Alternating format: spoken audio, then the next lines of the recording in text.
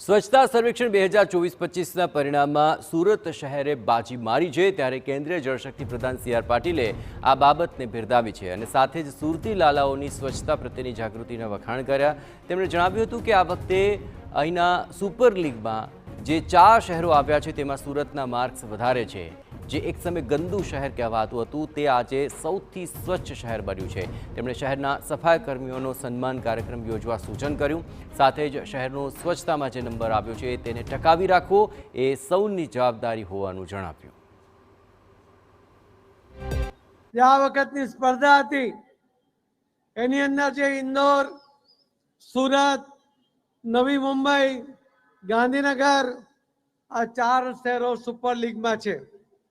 અમદાવાદનો પહેલો નંબર એ 5મા નંબરથી શરૂ થાય છે, પણ જે 4 સુપર લીગના પણ શહેરો હતા એમાં પણ સૌથી વધારે માર્ક એ સુરત શહેરને મળ્યા છે। એના માટે વિશેષ અભિનંદન હું આપ સૌને આપું છું।